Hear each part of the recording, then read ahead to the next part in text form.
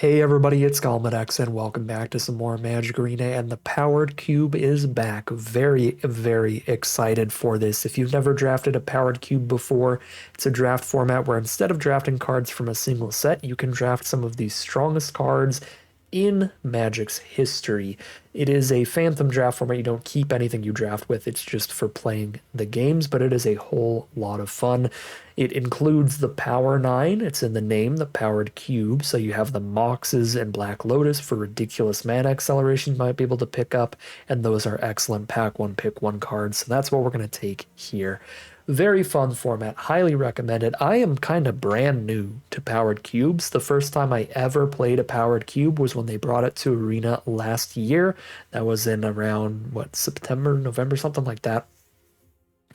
And so I'm pretty inexperienced with it. So if you want to see some really good cube players who also do daily draft videos, I highly recommend checking out Numat the Nummy, LSV, and Paul Cheon. They all do daily draft videos, and all of them are much more cube focused than myself.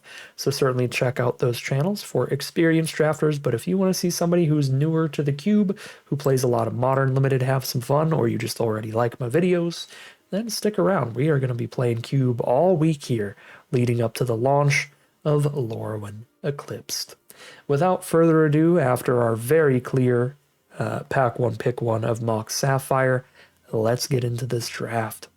Pick number 2, Timetwister, is a fun one, and it plays pretty well with Moxes because Moxes help you dump your hand really quickly. One of the kind of baseline powerful things to do with Timetwister is to dump your hand faster than your opponent so that you're down to like one card in hand and cast a Timetwister while they still have 3, 4, 5 cards in hand, so you get much more card draw than them out of it. But there's also some combos to go with this. There's a lot of cards in this cube that will prevent your opponent from drawing extra cards, so that'll make it a one-sided draw 7 while your opponent just shuffles their hand back. So Timetwister's a pretty fun one and a strong build around. I'm going to take it here. But again, with this being all the most powerful cards in Magic's history, there's plenty of other really strong ways to go. My favorite other way is Archon of Cruelty, which is an excellent reanimator or sneak attack target. Any of the ways to try to cheat creatures into play, that's one of the better ones to do so for all of its great triggers. Pick 3, the Orcish Bowmasters, is sort of one of the Timetwister combos.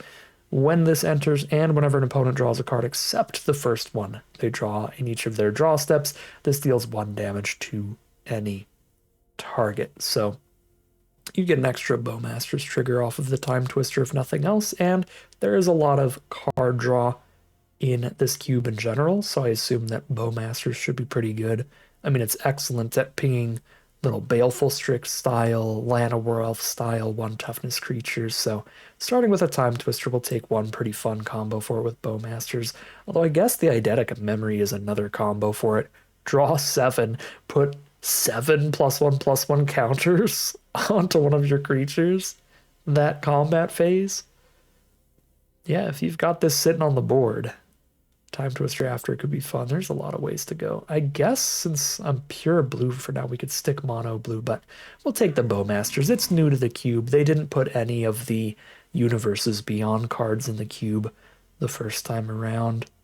Pick number 4, Yawgmoth's Will is a potentially strong card for a Timetwister and Sapphire deck.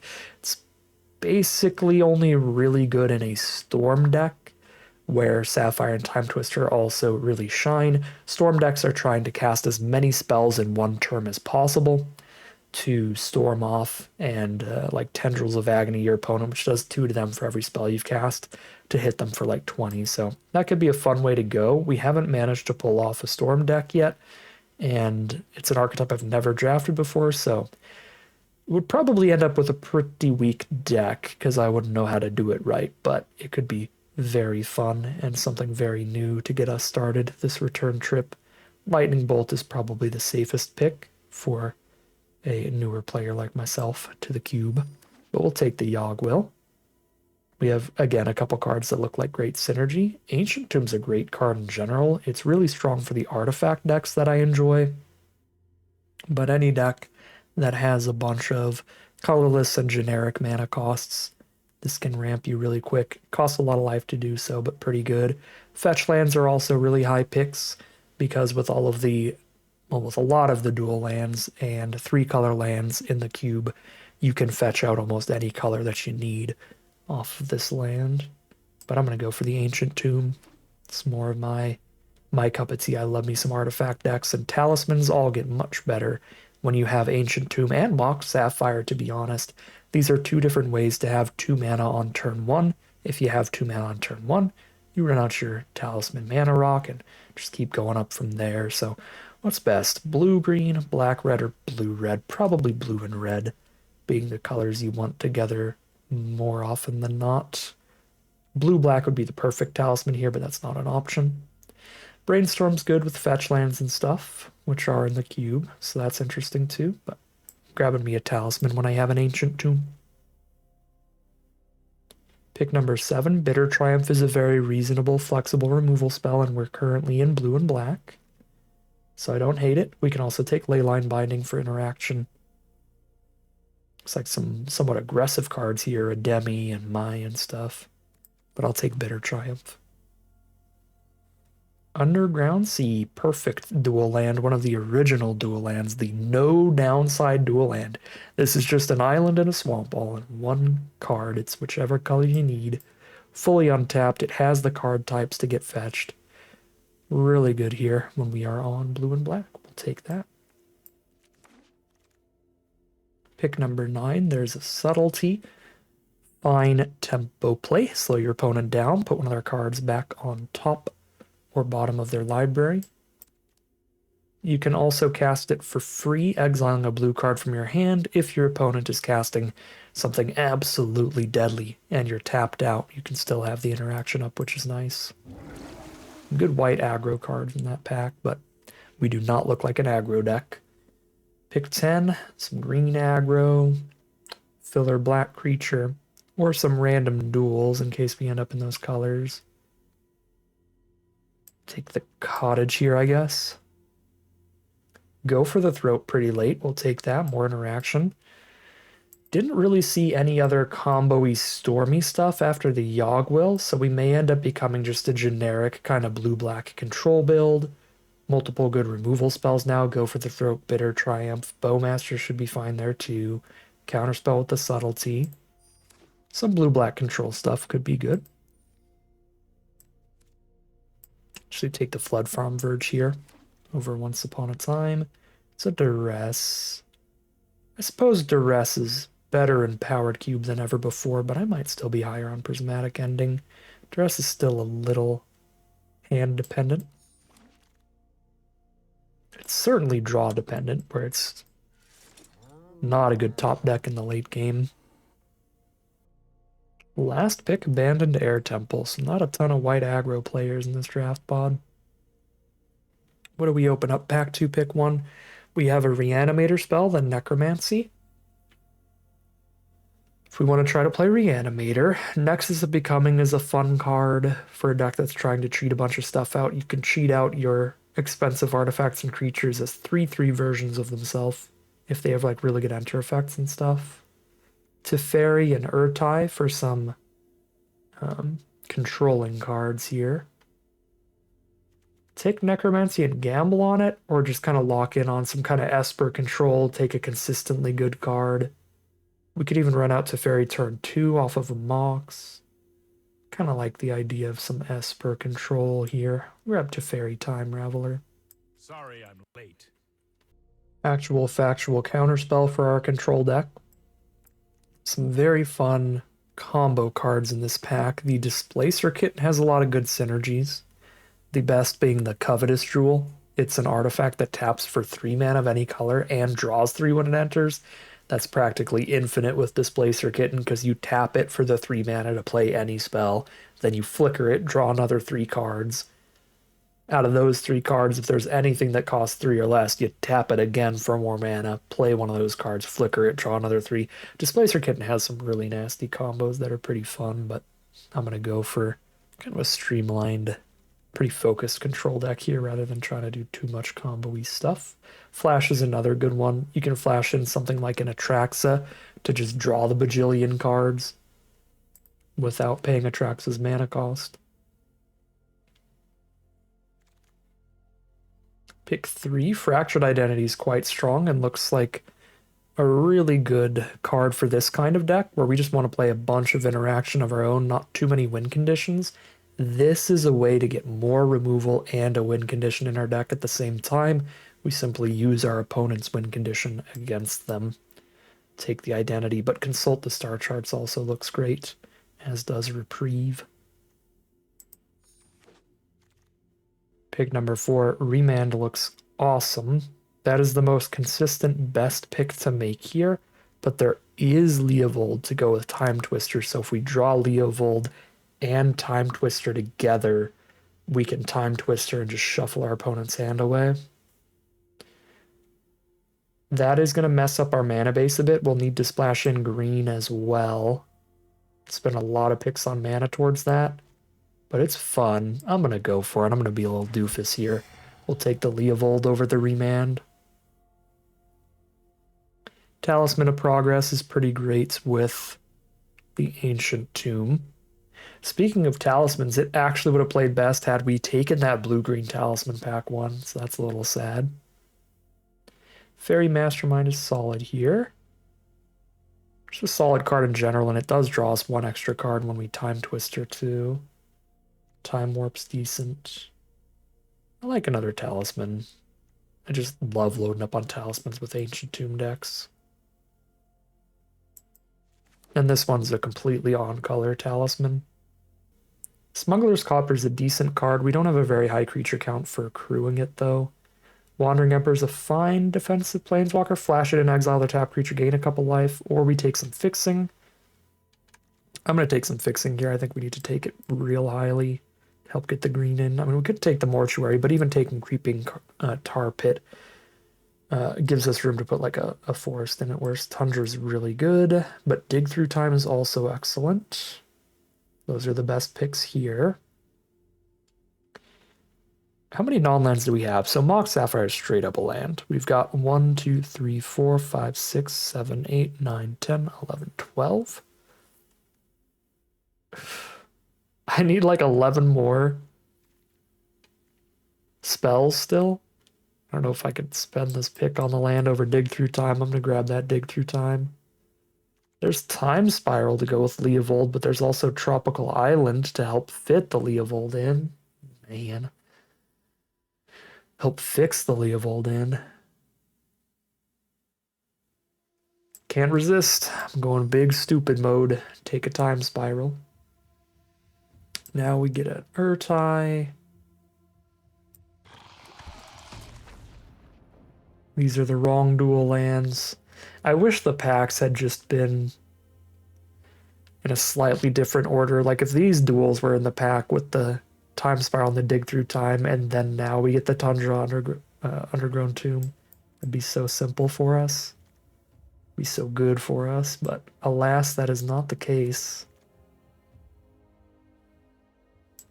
I'm not getting triple blue on Jace.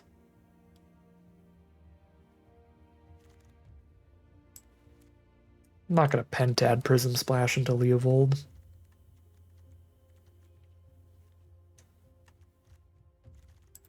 Alright, now we found a bunch more spells, which is good. Can spend picks on mana more highly next pack.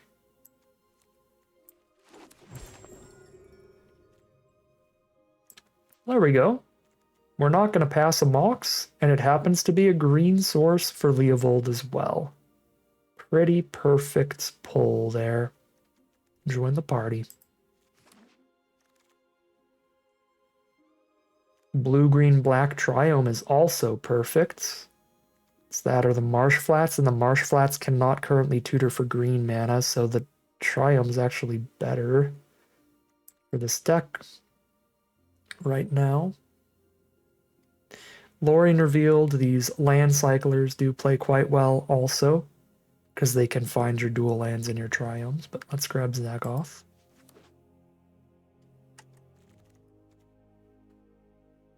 Hedge Mage is another green-blue source. Taking that over Tidebinder or Phantasmal Image. I think that's fine. There's the Misty Rainforest for our Triome. Murder's Cut's good interaction too. Murder's Cut the best non-rainforest card. 10 of our picks are lands. So we have 20 non-lands, although 2 of them are Moxes. So we still need 5 more non-land cards. Ideally more than that, because we're still running cards like Chromatic Star and stuff. Hopefully that mana base now is good enough we can focus up on spells for the rest of the draft again. Now that we spent a couple picks on some really good fixing. The spells here are not really good in the Espery control-y stuff. It's just Preacher of the Schism. So I'd rather grab Celestial Colonnade than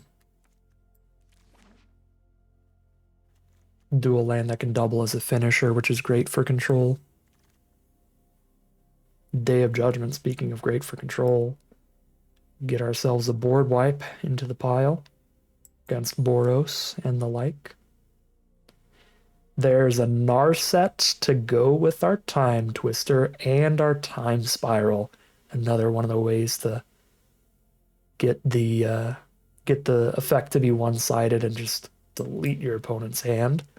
Take the Narset here over Rafine's Tower, which is actually a little bit of a decision because Rafine's Tower is another perfect Triumph. We are playing blue, black, and white. I know 88 ways But to defeat you. Pick one. that's pretty hard, Narset. I know 88 ways to defeat you. Pick one. Ooh. Grab an expedition map. We're not playing anything out of this pack. I guess Nantuko maybe, probably not. Blue-white duel now, or the Trespasser is fine. We don't have a fetchable white source currently. Yeah, none of our white duels have basic land types, so Archive is going to make it so we could fetch white off of Misty Rainforest. That's a big land. And then there's Marsh Flats with all the fetchable stuff. Over Infernal Grass. That's really, really close, because again, we're going to have to run a couple pretty mid cards if I don't take exclusively good spells now, but I'm going to run some mid cards to have, like, perfect mana here. Like a Battle Sphere, maybe, to top off our curve. Just some random finisher. Put the Lion Sash back in for now. Dion's actually, like, a pretty solid finisher. Take over green-white.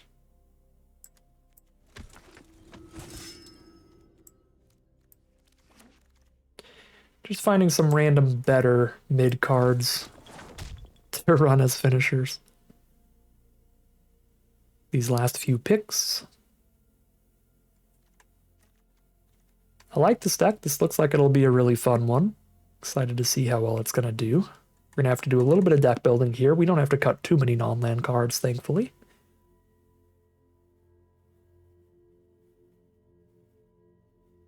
We got some pretty difficult mana costs. Counterspell costing double blue, Narset costing double blue, Day of Judgment's double white.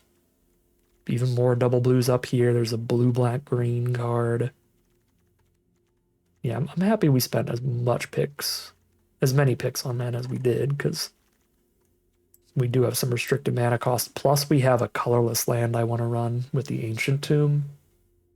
So Mox Sapphire for a land, Mox Emerald for a land. Chromatic Star is probably the cut then. We don't have to run very many particularly mid spells here. I mean, we have a couple. You know, the Endstone without any way to cheat it, the Battlesphere without any way to cheat it, but this looks pretty reasonable. Like, we've got multiple Moxes, we have an Ancient Tomb, we have Talismans and stuff. We could just ramp into these random 7 drops. We have the Narset plus Leovold for our double Timetwister effects. This looks super real, super reasonable. Cut a star, cut 2 lands. We've got a deck. Even the Bowmasters is some Timetwister synergy. Yeah. Okay. Cut 2 lands. Oh, am I on 0 basics? Uh-oh. I might be low enough on basics here that I might have to cut some non-basics to run the amount of each color that I want. So what happens if I cut 2 lands and run 15? We're on 15 land, double mocks now. Our colors are 10 blue, 7 white, 5 black, and 1 green. So first and foremost, we're running 0 forests because we have Misty Rainforest that can tutor for a hedge maze and can tutor for a triome. And there's also a Restless Cottage. So there's 4 green sources and an emerald. There's 5 green sources without running forest. So we run none of those. Next up, black. We have 5 black cards in the deck. None of them require double black to resolve. Okay. How are the black sources? We have a Restless Cottage. We have a Zagoth Triumph. The Rainforest can tutor for Triumph, so that is also able to be a black source. So 1, 2, 3, 4, 5, 6, 7. Pretty good for a 5 card color. Next up is white. We have 7 white cards. One of which requires double white, the Day of Judgment. Or I guess this might be the number of symbols and not the number of spells. No, it's the number of spells. Yeah, we have 7 white spells. One of them is double white. So white is getting pretty important now. How are we doing on ways to get white mana? We have Abandoned Air Temple, Colonnade, Verge, Archive. 4 ways. Rainforest can get white because it can grab Archive. Marsh Flats can get white. We have 1, 2, 3, 4, 5, 6. So we have more ways to get black than white right now, but white is more important. So we cut a swamp and run a plains. We also might cut the Abandoned Air Temple for a plains because this is always a tap land. We're going to run 2 basic lands in the whole deck. Yeah, I don't want to play a monocolored tap land, even if it has really good ability. So we'll cut a black source. We'll run double plains here. Puts us at 1, 2, 3, 4, 5, 6, 7 ways to get white. And 1, 2, 3, 4, 5, 6 ways to get black. And that feels correct. And last but not least, blue, the most important color. We have 1, 2, 3, 4, 5, 6, 7, 8, 9, 10, 11 blue. Okay, spent some heavy picks on our mana base, and that is going to make it so even our 4-color, splashy all over, double blue cards, double white cards kind of deck is going to have a pretty reasonable looking mana base. Very excited to see how this one does. We'll call it a deck there, hop into the gameplay, see how far this can take us. Okay, here we are on the play for game 1. We'll keep this, counterspell into the Narset. Play the tap land first, and then we play the Misty. We could fetch an untapped island to counterspell if we need to. And then we'll crack it in their end step for a Triumph if we don't need to counterspell. Okay, we will need to counterspell probably. So I actually, because I top decked the island, have to play that instead. Do I have an untapped blue source? Yes, I have Underground Sea. Okay, so we play Misty and we grab Underground Sea if they reanimate. Yeah, they decided not to play any lands. They could discard a hand size. They can cast reanimation spell here, so we need counterspell up for sure. Are they just going to do it again?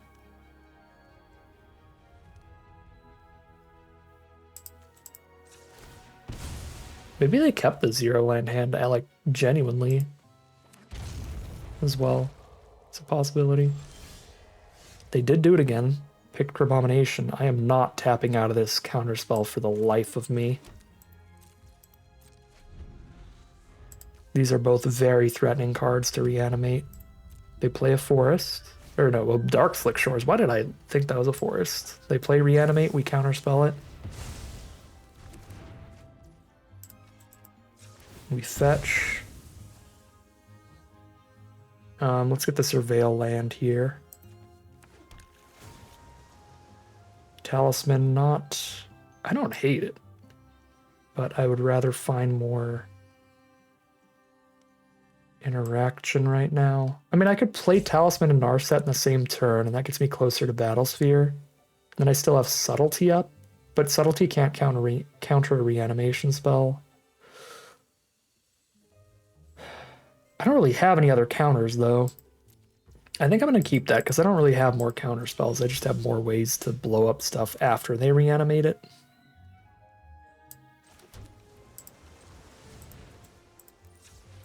So we'll just go Talisman plus Narset. Shields are down for a turn. I have just the trick for this. It's awkward. Narset just finds another Talisman. Subtlety can counter a creature, but yeah, can't counter Animate Dead. And then Sin just reanimates the other permanent. Yeah, that's gross. Yep, Subtlety can't do anything about that. You choose a creature spell or planeswalker spell and put it back on top. You can't target a resolved creature.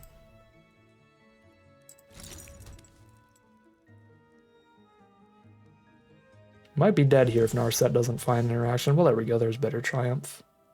That's good.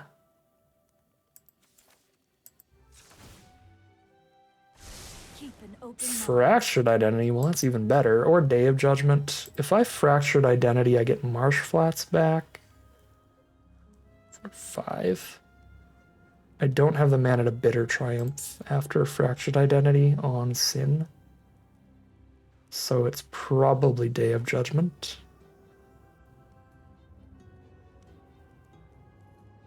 I mean, Sin will be big enough to block the Carbomination. Plus, Narset can't activate anymore anyway, so worst case scenario, I just take another 5 for now.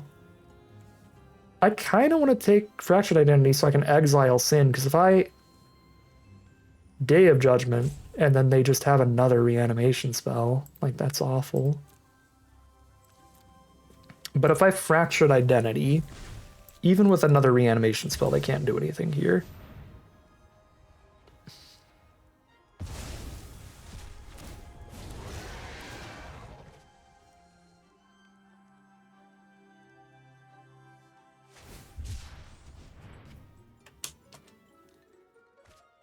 I wonder how this works. I don't think I can crack it. Yeah, it comes in tapped. Okay, they grabbed a land off Lorien Revealed.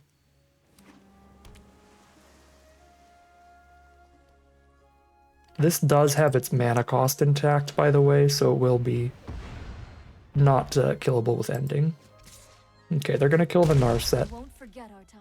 Even though we can't activate her anymore, they know if we draw like a Timetwister, she's going to be a problem. Ancient Tomb gives us Battlesphere here.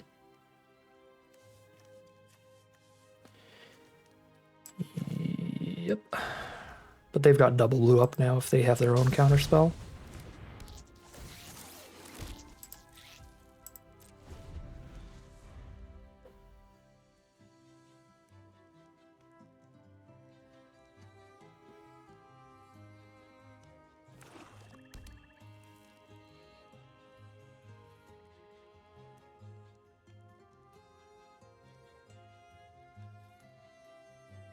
They have 5 mana now. They do have Bitter Triumph for Battlesphere. I think I go to 11. Overlord of the Baelmerk. Mill a bunch and start putting creatures from their grave back to their hand.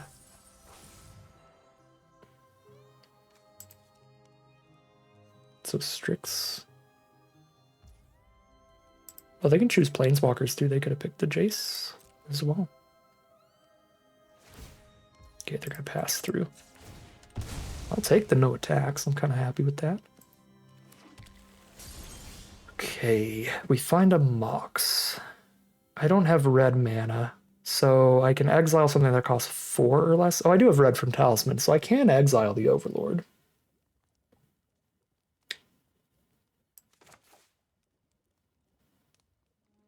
Can I exile the Overlord, still have Subtlety up? I think so. So let's see. Red blue, white, black, green, and I have exactly double blue and 2 up.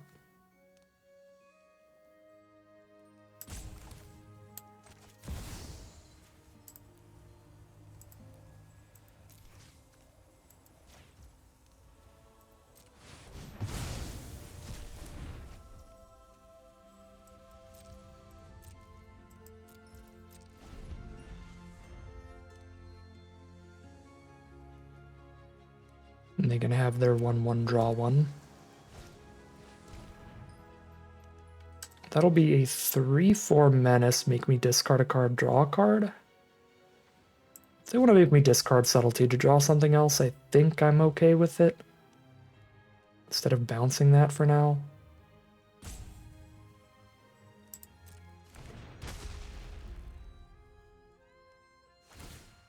Because it's like either way, I no longer have the subtlety or the bitter triumph. If I use one of these on it, then it's gone forever. If they make me discard it, then it's gone forever. Hello, Day of Judgment. Good draw. With the Day of Judgment coming up, we're going to start chumping for a few turns until we run it out. Since everybody's going to die anyway. Dig through time's excellent.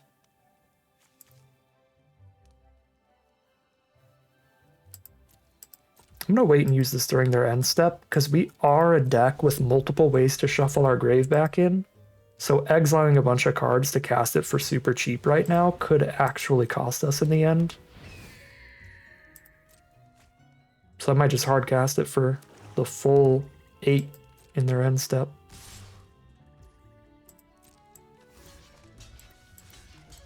Alright, we're going to Day of Judgment next turn.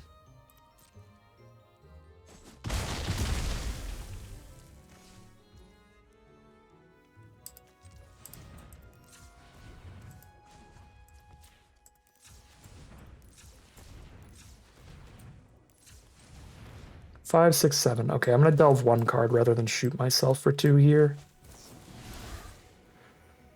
What would I not care about redrawing that much? Maybe prismatic ending out of everything? Sure.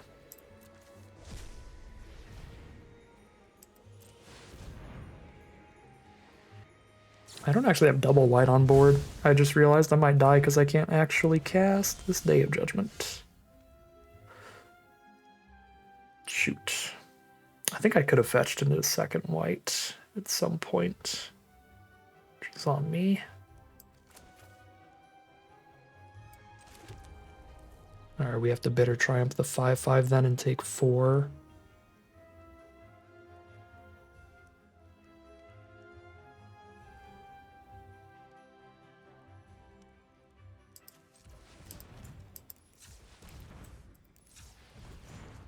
I might have punted out with one of my fetches not having double white here.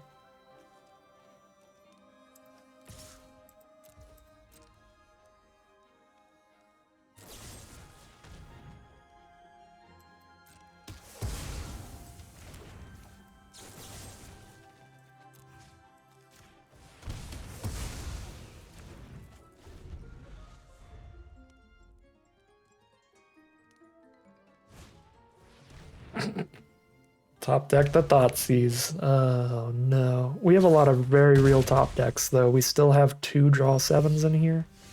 That's not one of them. Plenty of interaction still we could hit as well.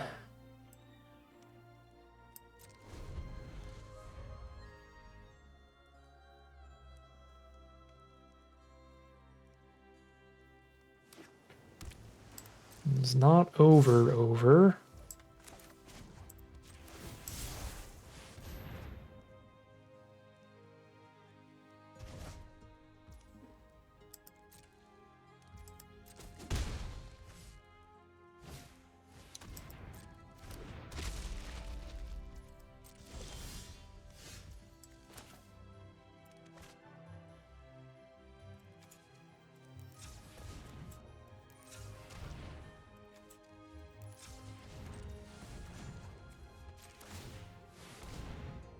Get the gain 3.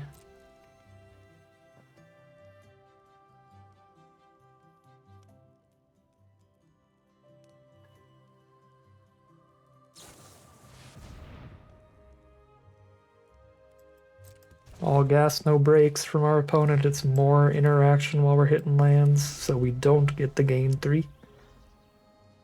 I mean, one of the lands that we hit was interaction, but still.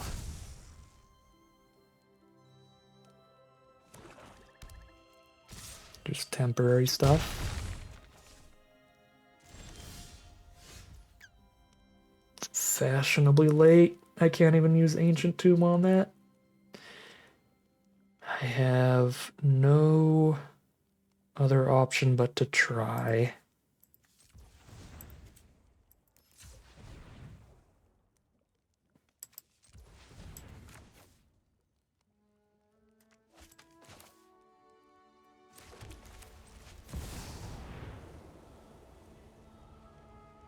And I guess I could Restless Cottage and go to 5, and then go to 1 on the crackback.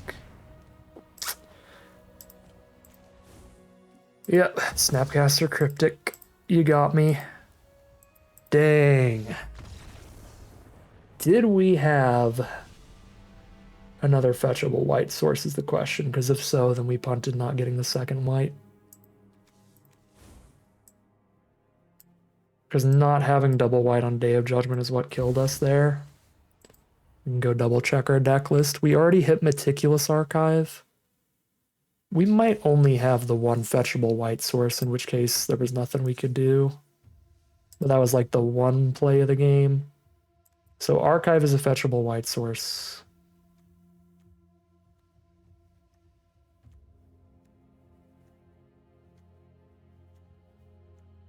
It depends what land I cracked. I think I cracked Marsh Flats for Underground Sea instead of a Plains. And then we lost for it. Yeah, we needed to fetch that second white. Dang, yeah. Our mana base was perfect. My decision of what to crack the land for still got us killed, though we could have had the mana for Day of Judgment, in which case we have a lot more time there. That would have stopped, I mean, that one Day of Judgment would have stopped at least like 12 damage. So, probably a pretty winnable one had we had the white. Unfortunate start. That was really the one thing that I can think of that went particularly wrong. Just gotta really make sure I'm getting the right mana. Because even though we have tons of duels and triumphs and stuff, we also have tons of really restrictive costs, so we need to think really hard on every single fetch, even if it doesn't seem that relevant in the moment. Alright, here we are on the play for game number 2. Do some control stuff. Get our black source untapped immediately, so if we hit any untapped land, we have Bitter Triumph up as soon as possible. Did not hit an untapped land, and they had a Mox Sapphire turn 1, so they are going to be powering out stuff very quickly. Lorien Revealed, Island cycles into any island, so duels and triumphs and stuff, and finds Spar's headquarters.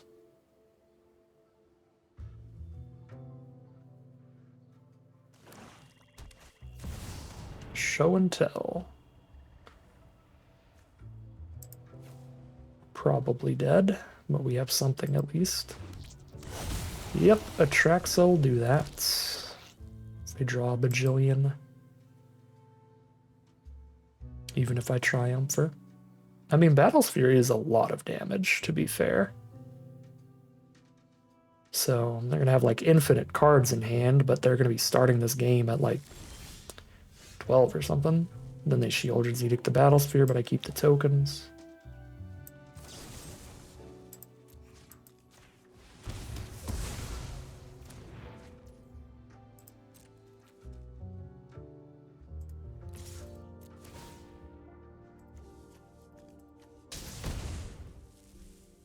I actually started 8. Jesus.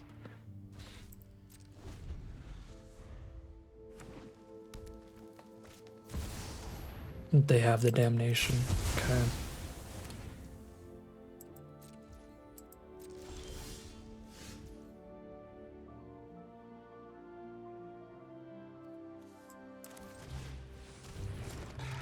not drawn any lands this game, which is pretty bad.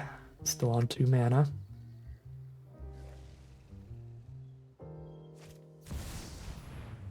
Balance is not good for our opponent here, because they have to sack a land and discard a card to kill the Sash.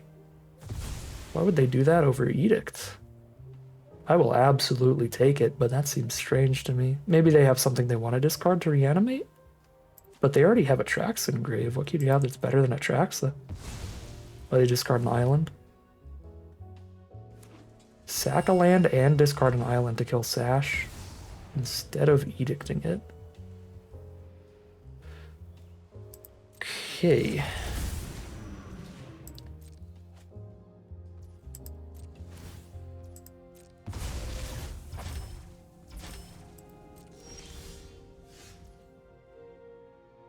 It's not gonna matter, we just can't draw lands, period.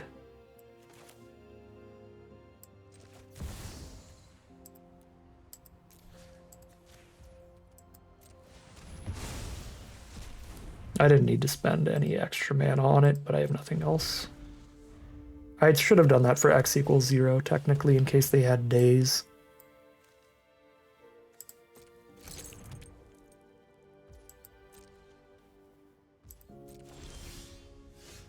Land 3, baby.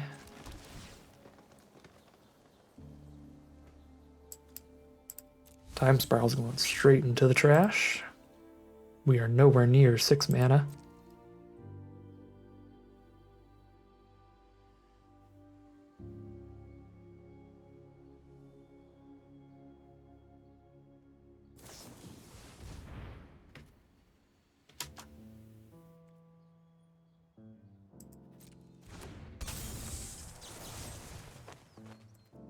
Go for the Throat, the Mastermind, and Subtlety, the Riddler.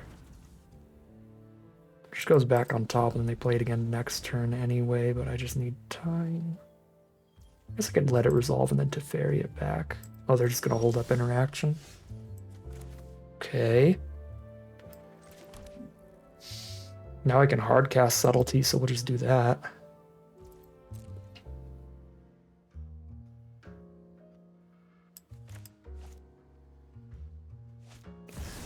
Slowing them down without 2-for-1ing myself feels a lot better. I need untapped mana here. We only have 1 white. Let's make sure if I draw Day of Judgment, I can cast it.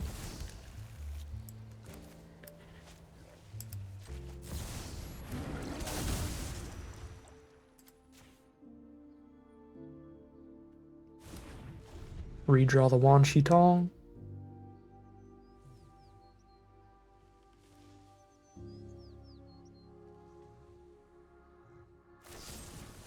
Edict the Subtlety.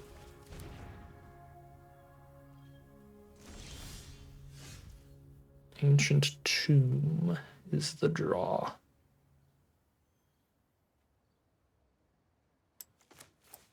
So we have Fractured Identity mana. They can only Wan Shi Tong for 1.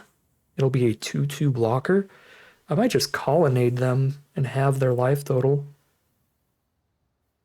And then Fractured Identity next turn.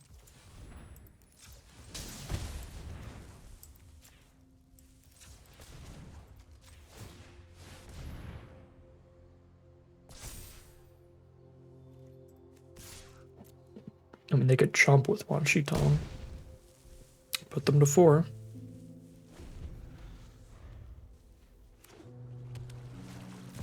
Tap out for Quantum Riddler. Now we Fractured Identity.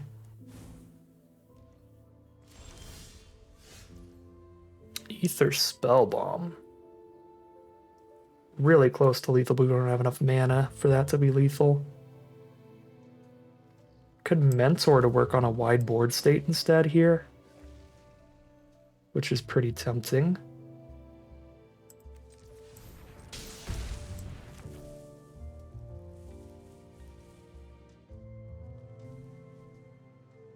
Because they all have prowess too, and I'll have a spell bomb at worst. Yeah.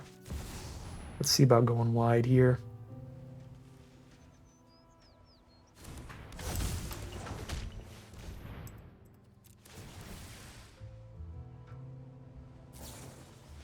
Path the Mentor. Well, mana is still good for me. I've got double white. Let's get third blue. Got 2 blue abilities coming up. Right on schedule. Draw more cards if you want, as long as I'm tapping you out of more blockers. Hitting the board fast. Prowess is kind of big here. I'm going to hold off on the Spell Bomb for an extra Prowess trigger later. Bowmaster's goodbye to Fairy. Multiple blockers. That was an excellent draw here.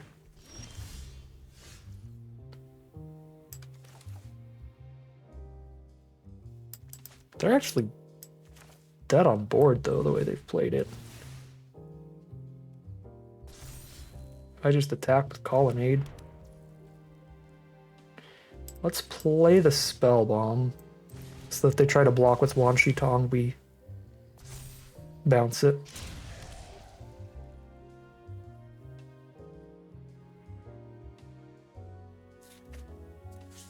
I can try to kill them with a Colonnade in the sky.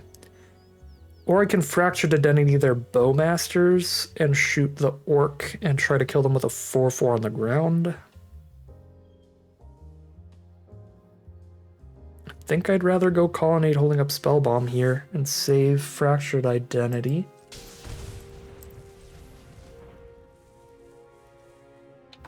I don't actually have to shoot myself here, do I? I do if I want to have Spell Bomb up. Okay. Wait, no, I can have Spell Bomb up off Colonnade because it's Vigilant.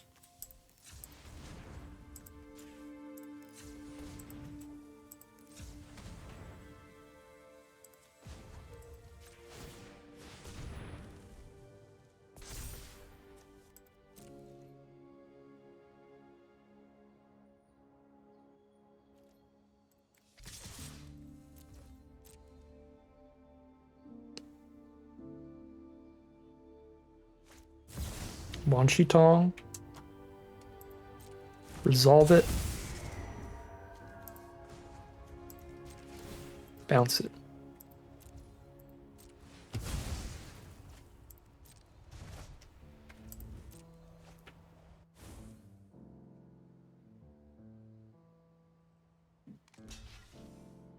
Celestial Colonnade MVP. We win a controlling kind of mirror match, blue, white, black, and green from both decks. We are now 1-1. Make up for our mana base punt in game 1 there with a pretty solid game of Magic. 1-1 heading into game 3. All right, here we are on the play for game number 3. 1-1 right now. Great hand. Got to make sure to be fetching for white sources. We got the Day of Judgment in the opener here. So we'll Misty into the blue-white land and Surveil off of it. Go ahead and Emerald while they're tapped out. Well, I doubt they'd want to counter like an Emerald. It might be better to hold the Emerald for the turn that we're actually using the mana to play around artifact destruction instead of playing around counter spells. Although by playing the Emerald now, I can fetch for Underground Sea to cast Go for the Throat if they cast a 1-drop that needs to be killed immediately. They don't, they play a tap land. Okay, let's grab the blue-white Surveil land.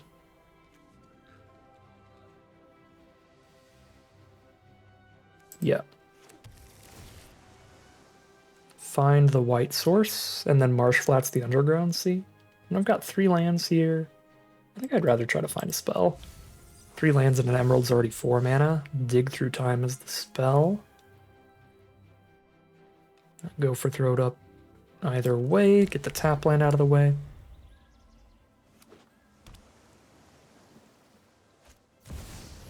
Gobin. Oh wait, I don't have Go for the Throat up. Ooh, Leovold Timetwister? Okay, that requires 6 mana. And because I have that coming up, because I'm going to be casting a Timetwister soon, I can go for the Throat really willy-nilly.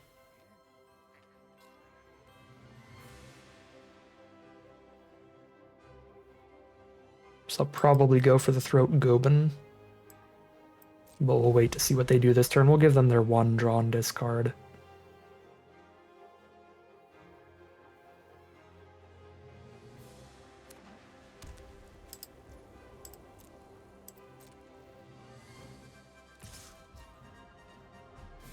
I guess I might go for the throat now and see if we get them to counter this. No. Because then they could have stuff like Ephemerate that wouldn't counter Leovold or Timetwister, but would help them here. Like, I wouldn't... If Go for the Throat managed to counter something, that would be nice. Oh yeah, Reanimator's a thing. I wasn't expecting Reanimator for some reason, and I probably should have been. Now they can Woodfall Primus, our Mox Emerald, or one of our lands. This is going to be a painful turn. We really should have killed Goblin before the Connive. Recurring Nightmare. Well, there you go. Now we go for the Throat Goblin and they can't use this, and then we Timetwister without Leovold on board. Because we have to make sure that they have nothing in their grave to recur. Sadly. Yeah, our plans all got ruined by me not go for the throating fast enough. That was a pretty bad mistake. We get the white source. We already have green, we have blue. Make sure we have Day of Judgment mana for the future.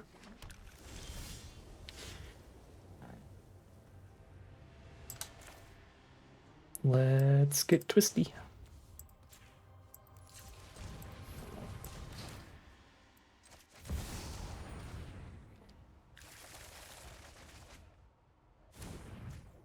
No untapped land to play this talisman.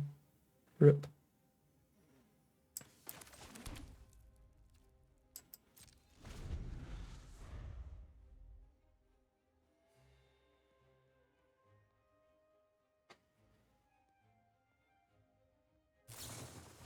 Booster Tutor, that is not good.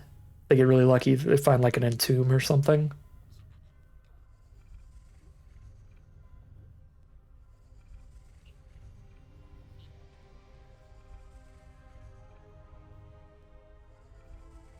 So if we hit an untapped land, we could cast Timetwister or Time Spiral next turn. That's something. If they don't reanimate anything, we could Prismatic Ending the Recurring Nightmare. Recurring Nightmare is really good with Quantum Riddler. Okay, they duress me. They get rid of Lion Sash, because Lion Sash shuts off their reanimation.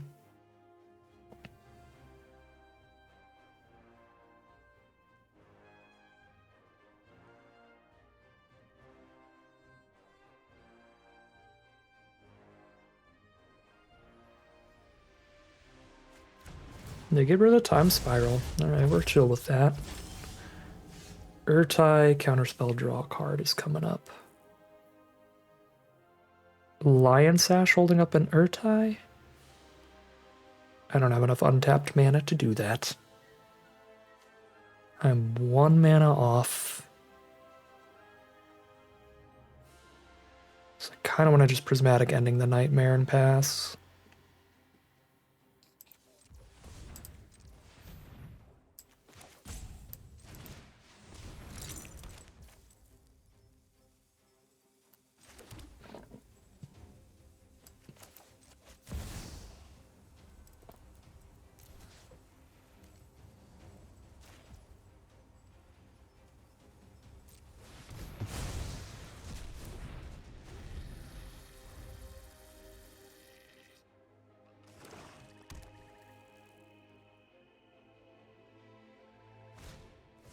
Creature of the Schism.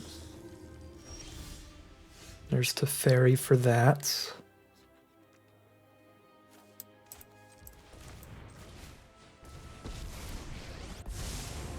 Trust me. You'll thank me later. Here goes nothing. Hold up the Urtai.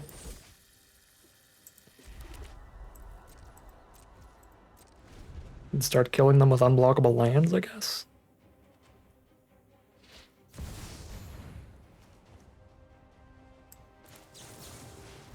Counter Fractured Identity.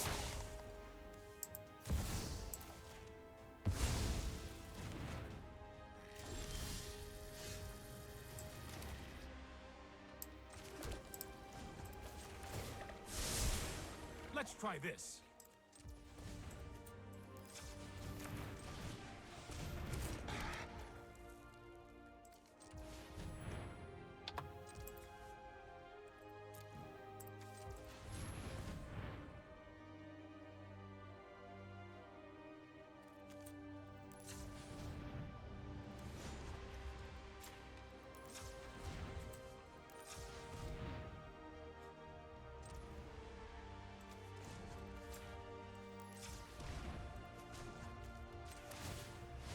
Can hit for 4 and have 2 white sources up for Sash this way. I could also hit with Cottage off of the Emerald Green to get a food, but I don't even know what I'm exiling right now. I guess Fractured Identity in case they have Snapcaster. But they don't have like creatures to stop them from reanimating currently.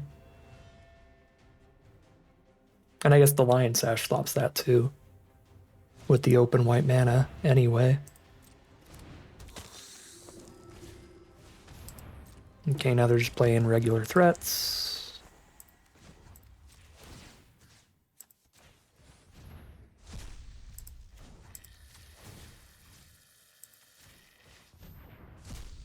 Go to our turn, find a land again.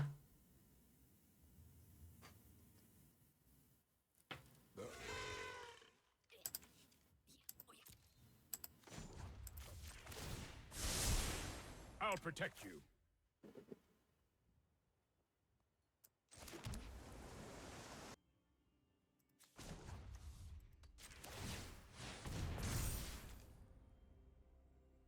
Is there any chance that I'm gonna instant speed Day of Judgment them?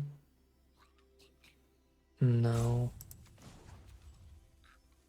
Let's hit harder. I mean, there's like the tiniest chance I'd want to, but I think it's better to just put them on the 2-turn clock, the 2-turn kill.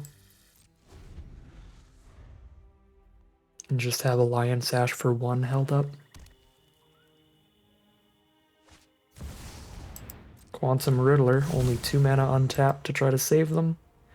Although I suppose that is the flying blocker, so that the Colonnade doesn't kill them if Teferi dies. If Teferi doesn't die, though, Teferi bounces the flying blocker and we still have lethal.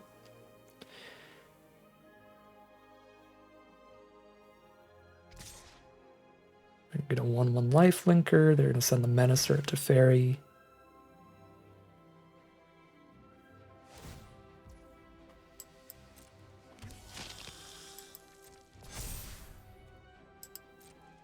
Let's make sure Teferi's still around to bounce the flyer.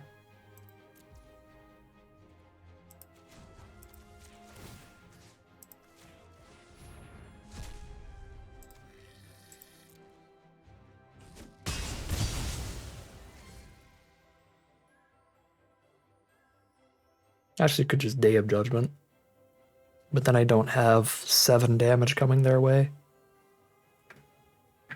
Hit them for a little less than lethal to play safer against them just having like go for the throat here.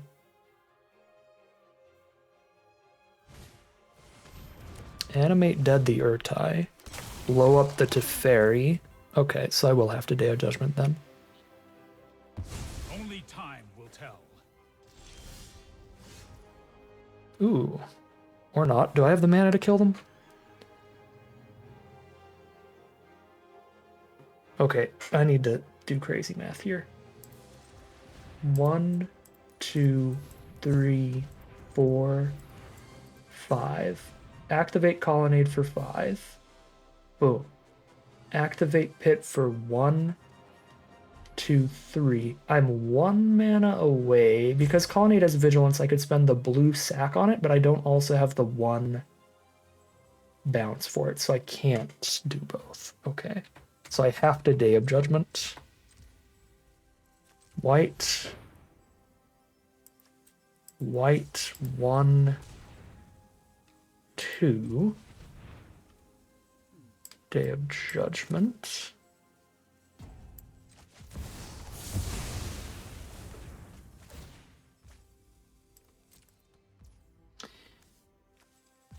And then just colonnade.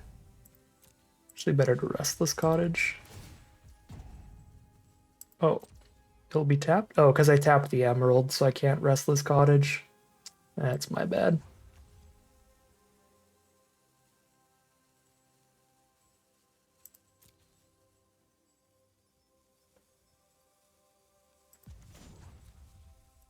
Actually hit for 3 to hold up Spell Bomb. If I hit with Colonnade, I could cast the Spell Bomb post-combat, but I won't also have the 1-up to sack it. Alright. Tapped wrong there. I should have once again kept Emerald. Since they weren't going to have any blockers anyway, it would have been better to attack with Cottage than to attack with Colonnade. Or anybody else. That way we could exile one of these from their grave.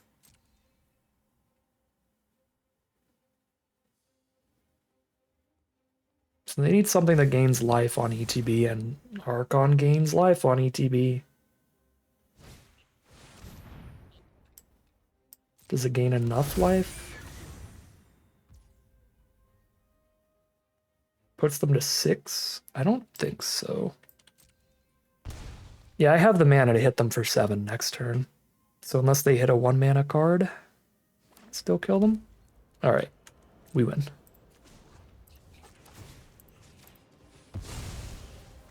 We might have had a kill earlier somewhere. This was a really...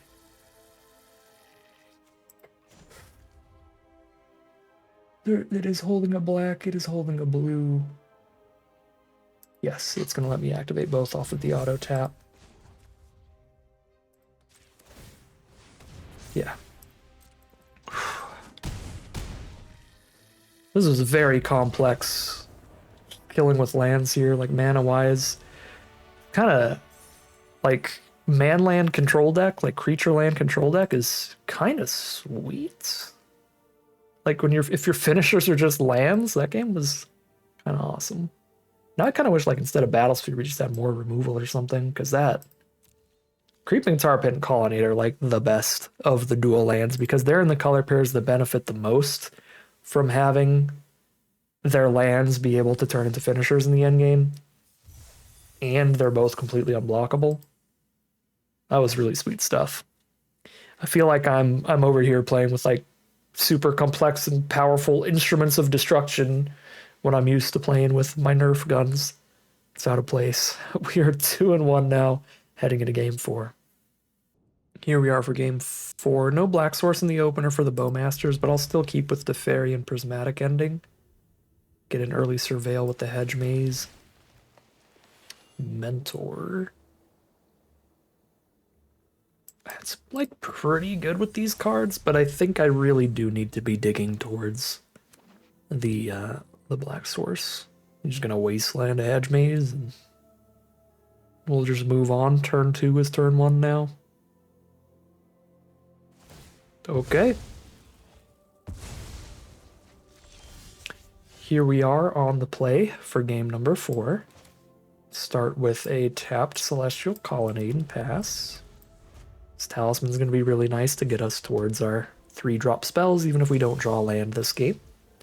Leovold is the draw with a Time Spiral coming up. That is obviously quite threatening, but we'll need to find the green and the black source now. Playing against blue-white, there's Talisman of Conviction. I don't mind Teferrying a Talisman back to slow them down. Portable Hole our Talismans, they're going to do the same. We better top deck a land then so we can play Teferi. Well, we did top deck a land, but... not the one I was hoping for. Would I rather hit their mana or get mine back? I'd rather get my mana back.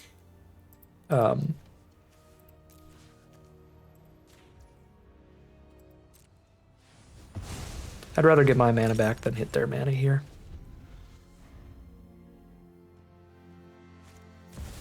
Crucible of Worlds, Wasteland. What a jerk. They hit the cottage and get the green source. Oh, man. This is obviously awful. stand by and watch. That's more like it. Find the Narsets. And just start Crucible Wastelanding us again if they want. It's probably their best play.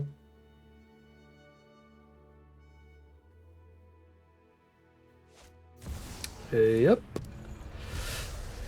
They do have to spend their land draw every turn to do it, so it's not like they're getting higher on mana while they're doing this. But we will keep drawing cards with Narset and Teferi. It's Ancient Tomb. I don't think I want to play that against Crucible Wasteland.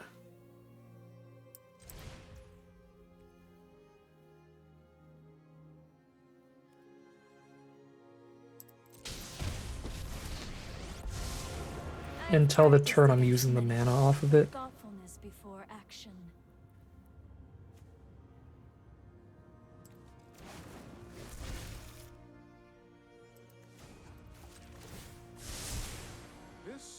I mean, I guess I should play. Yeah, I should play every land I have.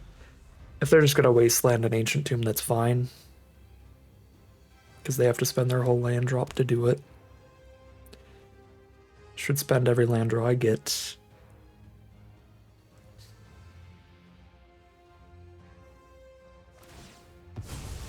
Yep.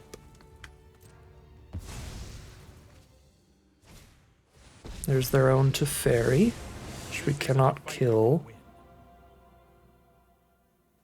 We can shoot the Teferi with I've got it. a Bowmaster's. Oh, if I had black, I don't have black.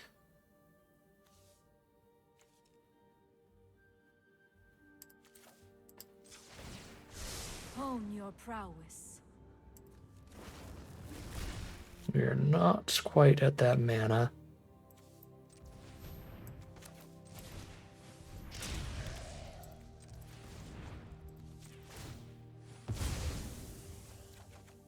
Subtlety is the draw. That's actually pretty reasonable here. Here we go.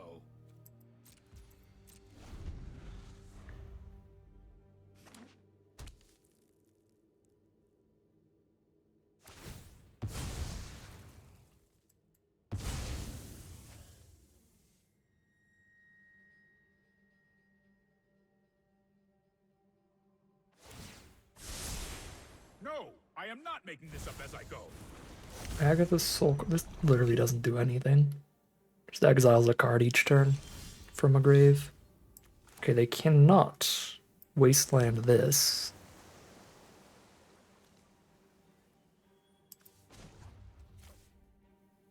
Can draw my card, but then they can cast spells during my turn again, which I don't want them to be able to do.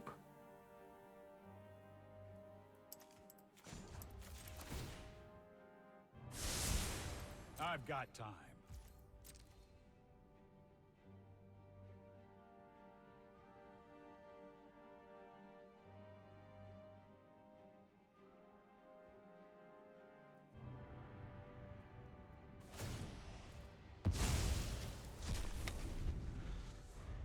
You know how good top decking a Timetwister would feel against Crucible Wasteland? It would feel pretty good. Don't worry, I got this. The Triome for their Wasteland.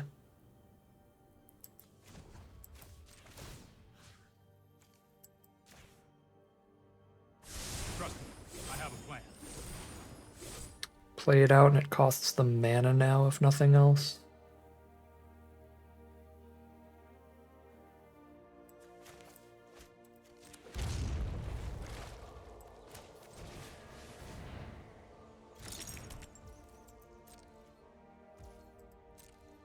Because now they crack Wasteland, but now they have to tap out for Crucible and play Wasteland again. They miss their land draw every turn they're Wastelanding too.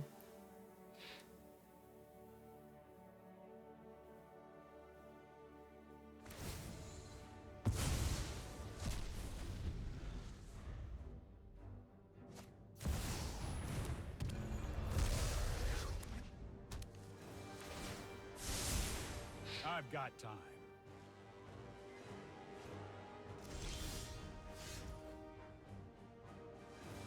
There's the creeping tar pit for the wasteland.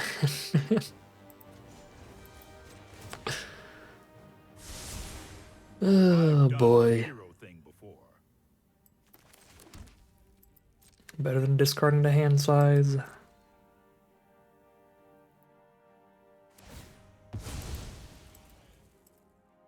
We're gonna be here for 3 hours.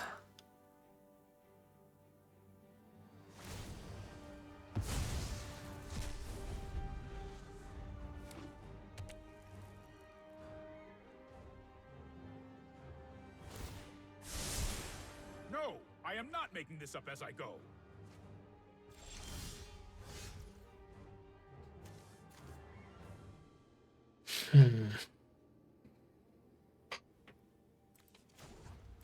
Well, we know they can't counter the dig through time. Here we go.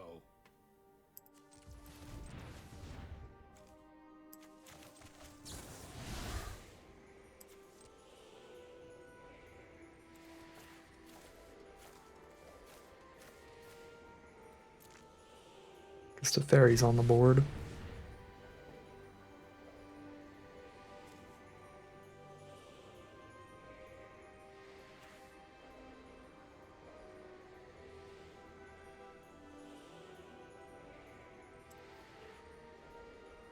I don't have another island in there, so I can't Misty into blue. I need to take the plains.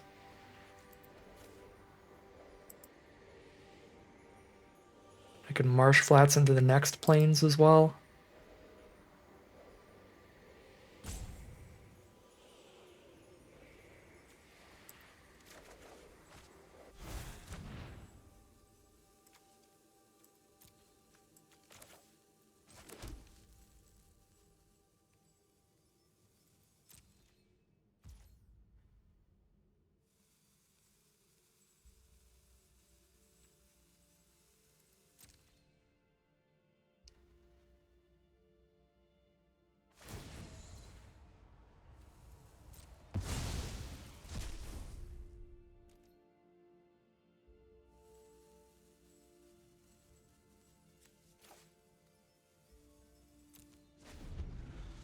Leovold is immensely uncastable. Without our dual lands, without our non-basics. I've got it. I hope I didn't forget to plus the fairy. I might have.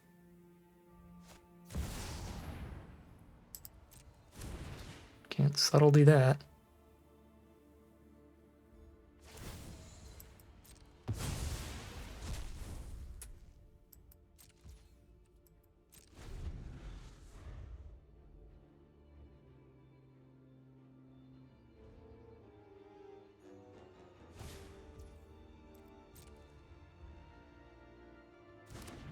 Mox Diamond is good with Crucible.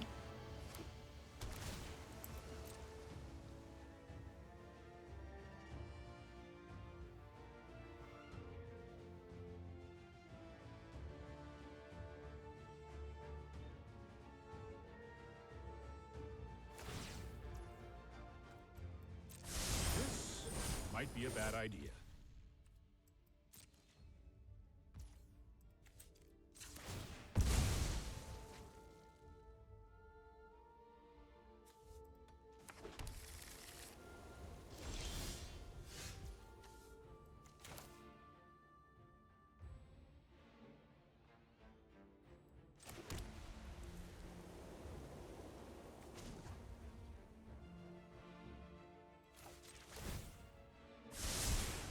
Here goes nothing.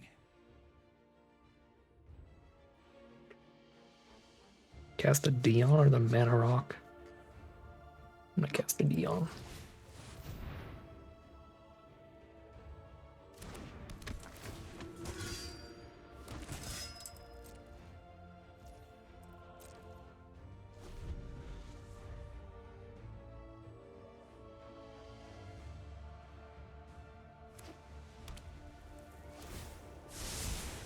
Let's try this.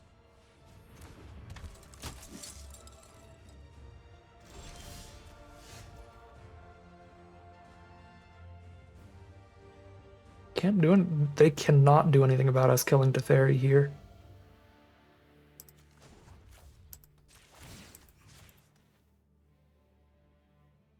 Don't worry. I This got can only play sorceries.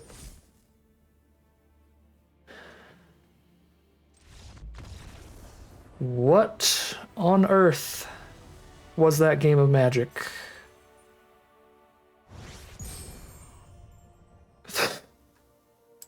So yeah, I get to attack Teferi to 5. They can't play any instants.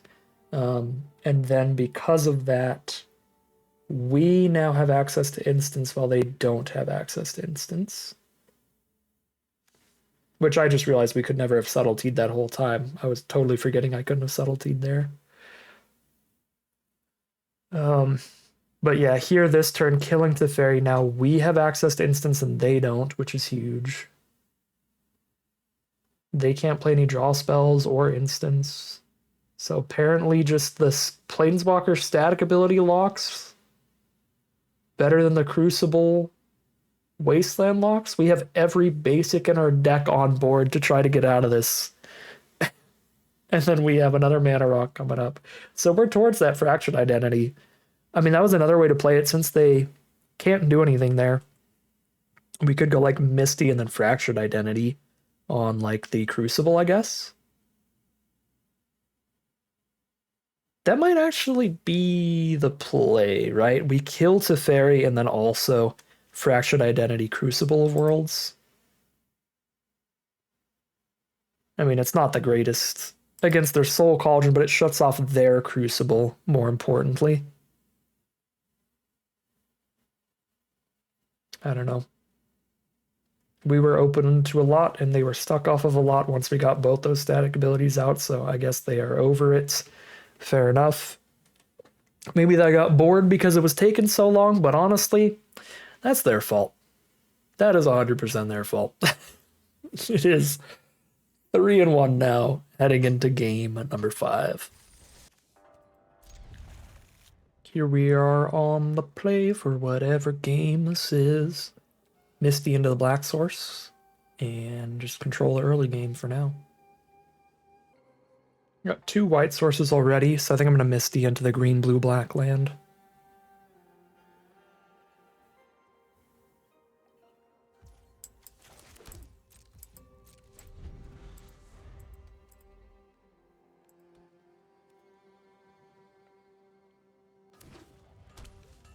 Boros land.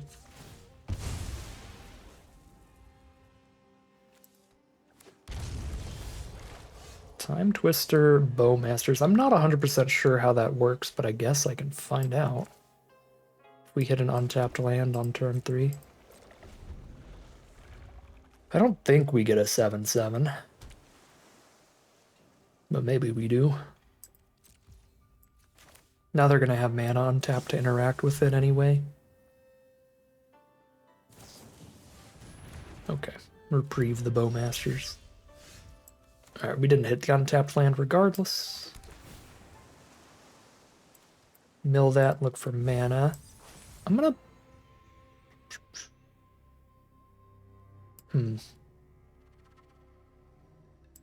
No, I'll still Bowmasters at instant speed near the end of their turn. I think I'd rather pull a counter spell out of their hand than a removal spell out of their hand.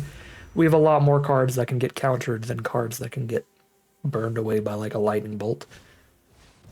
Laelia.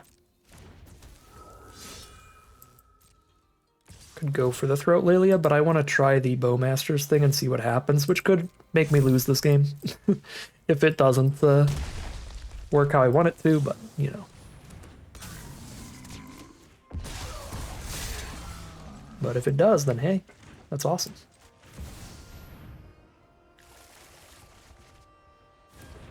Machine gun, it does! Yes! That's so sick.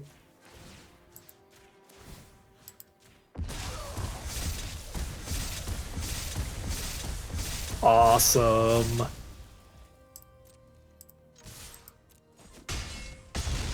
There's 6.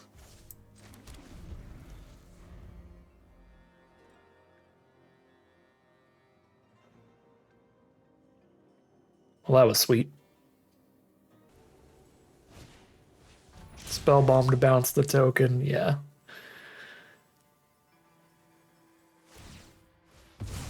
Just the 1/1 now.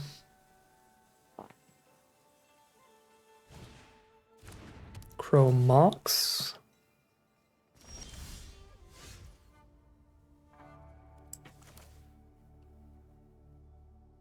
We play our own mana towards killing them with Colonnade or Time Spiral.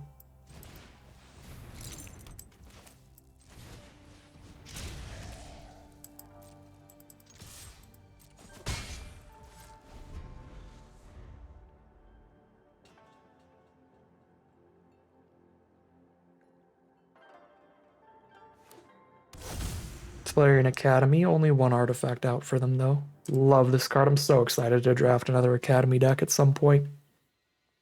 I mean, you all know with this deck, the fact that I drafted Ancient Tomb and Talismans so highly in just some random control deck. Obviously, I'm gonna love the Valerian Academy deck. Could bounce my own Bowmasters. I don't think I'm doing that though. Let's kill this token.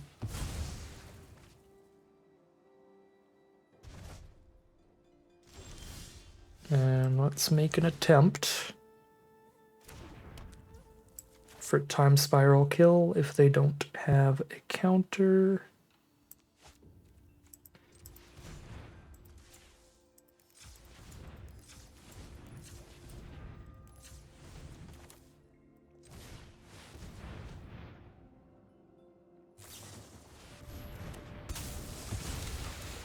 Okay, they still die to Bowmasters. That's very funny, though. I didn't need to draw any cards here.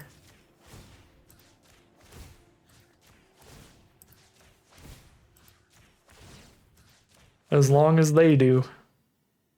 What an insane ending. Can they gain life off all that treasure?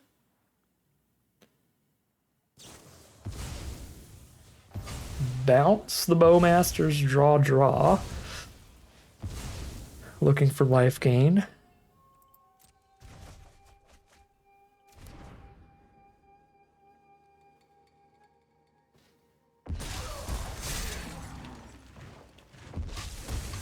And I have the mana to hit them with Colonnade too. Yeah, oh my god, that's such a funny ending. Time Spiral can be countered, but I don't think they had the mana for Confluence up. Because they cast Nettle Cyst earlier. They didn't have the Confluence mana till they got all the whole Beecher treasures, so they couldn't counter it from Bowmaster pinging them. Alright. That was a hilarious game of Magic. I am very happy we got to do that. That was probably the funniest thing that we're going to have happen all draft. We got to do Bowmasters, Timetwister. Surprisingly, our first Timetwister loop, we have 3 of them.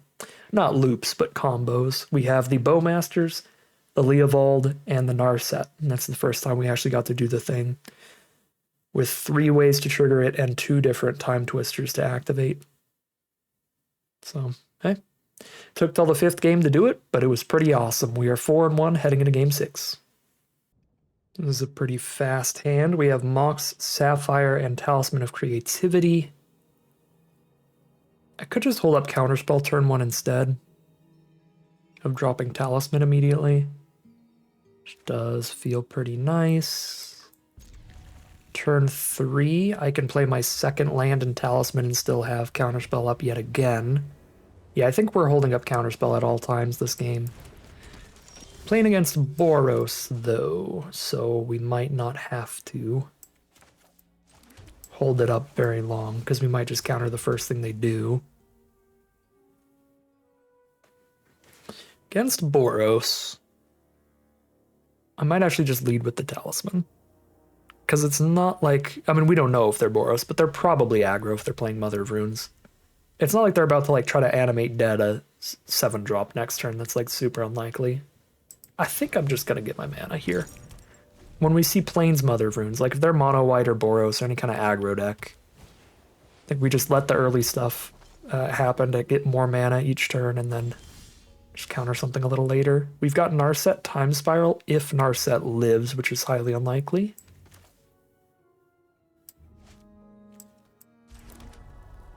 Do still need to try to Narset into some card draw to dig for white mana for our removal. Our board wipes and stuff. Yeah, draw some cards with Narset. Technically, draw one card and then fog them a bunch. And prepare. Draw the Timetwister? Shoot, if they don't +1/+1 the board, that's the thing. You gotta try. You gotta try.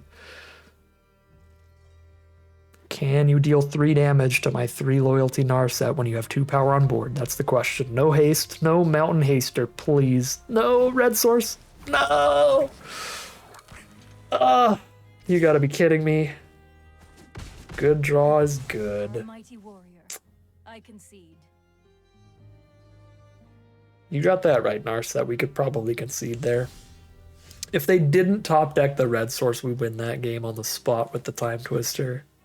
God dang it. But because they drew it now, I'm like in a really bad spot because I don't have access to my removal, and Timetwistering against aggro, giving them a full grip of 7 is really bad.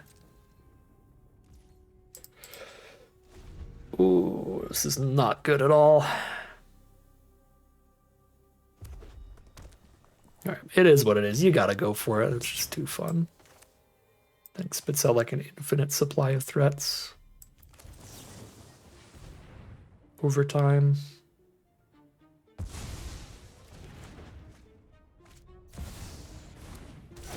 Tameo's a little slower in terms of actually hitting us. I must investigate this scroll further.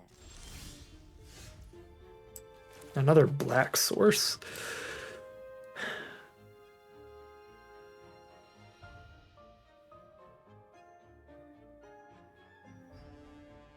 I don't know if I have any other choice but to just try to Timetwister towards Day of Judgment at this rate.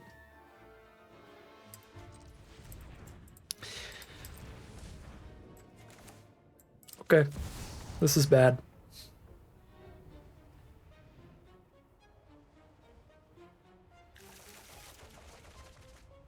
Well, there it is. That flips the Tameo for them.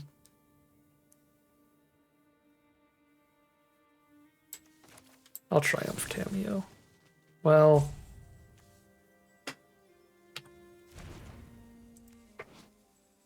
turn an instant or sorcery from grave to hand every turn and reduce our damage. Yeah, Tameo's not like hitting us.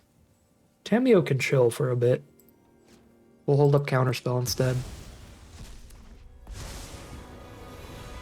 I'll aid you. So focus on the fight.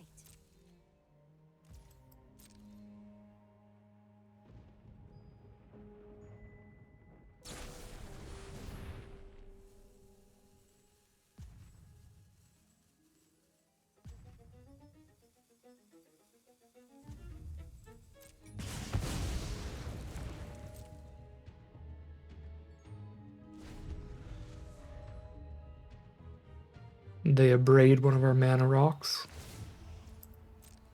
+2 the Tameo. Respect the library.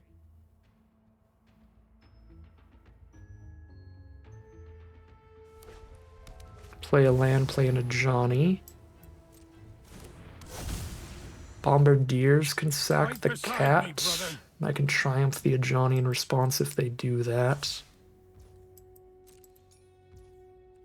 Bombardiers does not do it yet. But yeah, it's instant speed, but only during their turn. Okay. Sack the cat.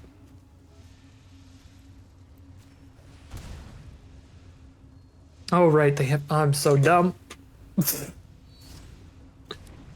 They have 2 Mother Runes on this board. I have to wait till it's flipped to let it get another creature and then kill it? Till I find my brother. That was a pun. More join our cause.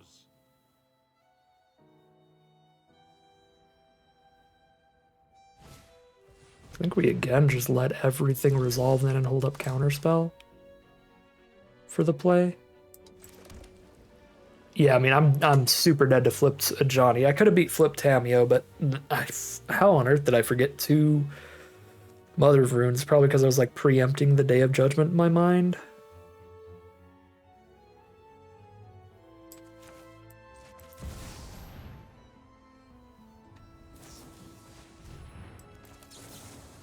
I guess we would lose no matter what. Jesus. If I counterspelled a Johnny and then went for Day of Judgment, they'd have Reprieve on Day of Judgment and we would die. So unless I specifically Bitter Triumphed a Johnny after it flipped and then Day of Judgmented and did not go for counterspell earlier. I played it out very wrong, but I would have had to play exactly correctly to even have a chance, and it's not a good one.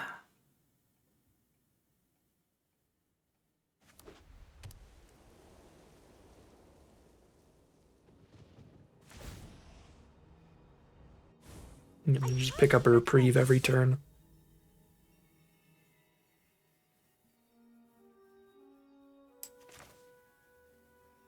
Mentor, they reprieve that, then I play Teferi, bounce the Zenith.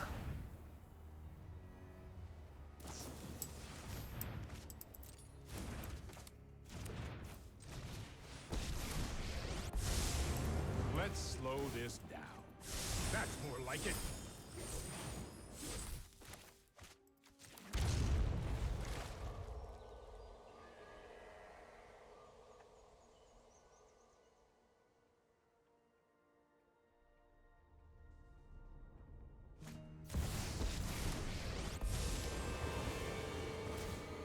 I light the path to victory. Think before you act. To me! Johnny makes 2 cats when Elspeth's on board. Oh my god.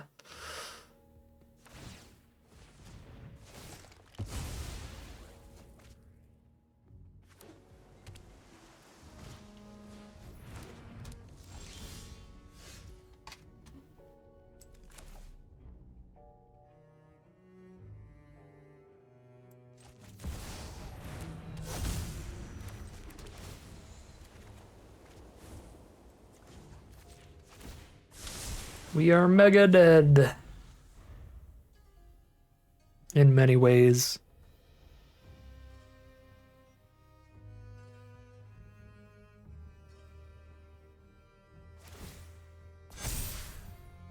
We need all the strength. Strike from the heavens. And that is 4-2 heading into game 7.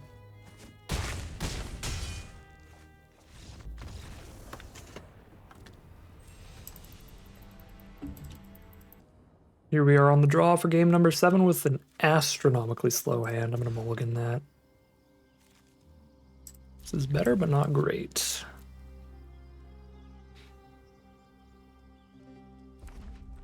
It's really good in terms of colors. See a mountain from our opponent and a Mox Pearl. Turn 1 dashed Ragavan off of the Mox, which means that we can't prismatic ending it because it's dashed. And it hits Dion, like our 1 aggro card. They can only play it that turn, though.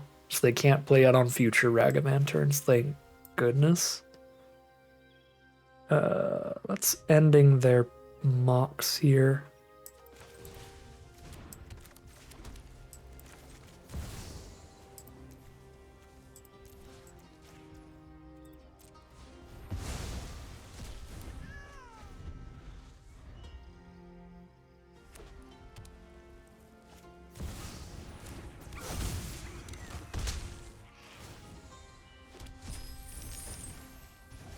Another Ragavan hits. There's a Talisman. Play a Mentor pre-Talisman. Need an untapped land. I will not have Day of Judgment mana if I pick Underground Sea, but I also only have 1 blue source. That's a Sapphire that could die, but the Talisman's another blue source. Yeah, this is a little wild, but because the Talisman's a 2nd blue, well, I'll go for Monastery Mentor off of the plains instead of the Underground Sea.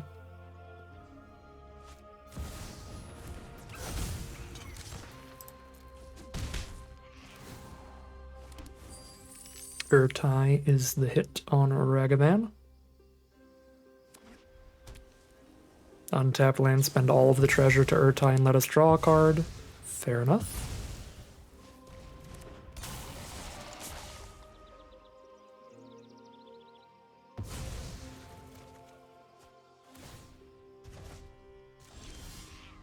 Dig Through Time is the draw.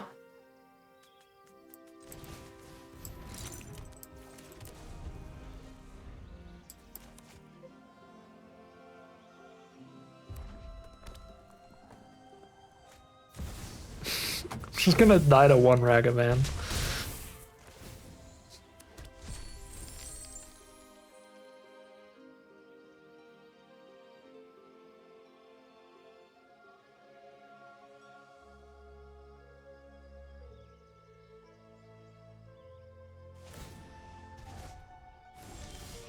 This is only turn 4 still.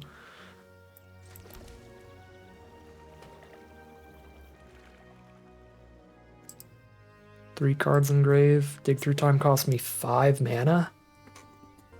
Yeah, I don't have any 1-drops to hit off the Dig Through Time.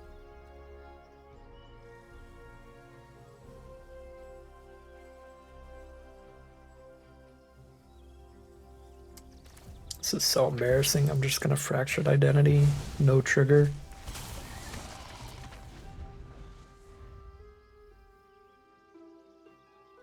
Just it deals with both their threats. Kill the 3/2, block the 2/1.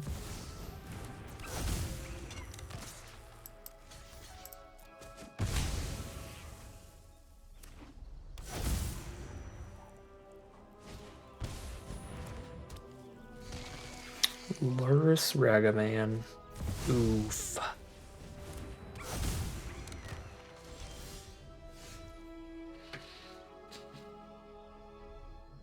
Four cards engraved. Dig Through Time costs me 4 mana. I will not have enough for Day of Judgment, but I'll have enough for 1 removal spell to kill Luris.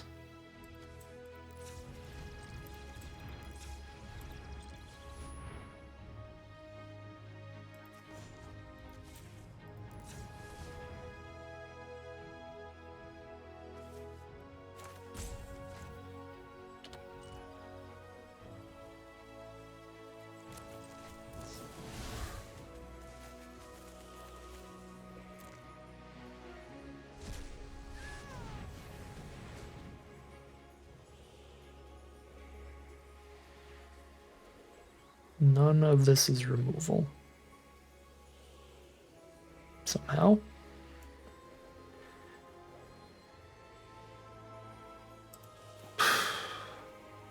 Didn't hold up double blue for the Znar sets.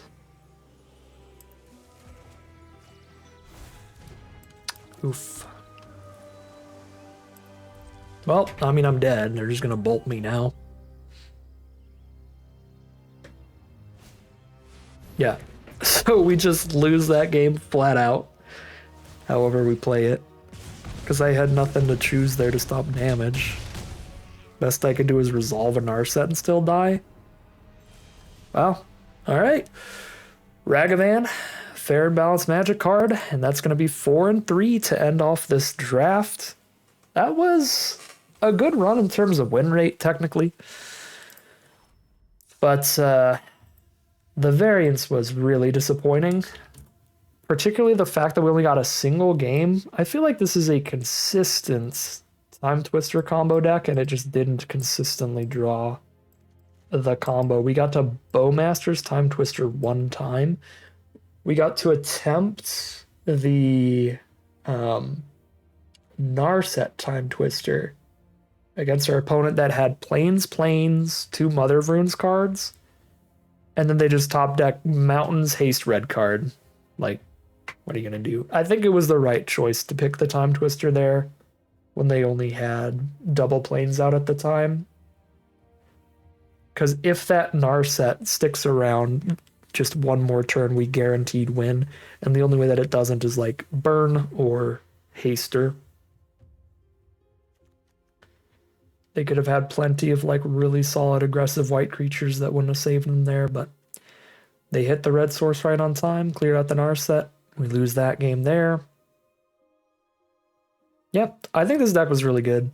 Just doesn't quite get there. 4-3, still a winning record. We still beat a lot more people than we lost to, but we're still a few cards away from getting us like a full 7 winner there, and a bit of rough variance for it as well. Some cards like Battlesphere, I think that could just be swapped out for more good interaction. We had enough win conditions through all of the creature lands, for sure, and Timetwister combos. That is like a potential cut. Dion could be swapped out for more interaction. Subtlety played really poorly today. I don't even know if we cast it once. Yeah, I don't know. Thought the deck was good. It did fine. Felt like more rough variance than anything, pulling us down to the 4 and 3. But that is going to end today's video. As always, I'd like to thank my patrons and YouTube members for their support, as well as you for watching the video. If you enjoyed it and are interested in seeing some more, you can always like, comment, and subscribe to tell the YouTube algorithm to send you some more in your recommended feed. If you'd like to catch me live, share out the Twitch channel in the link in the description below. And if you'd like to support the channel directly, you can check out the Patreon link in the description below. But other than that, as always, thank you very much for watching, and I'll see you again soon for some more Magic Arena.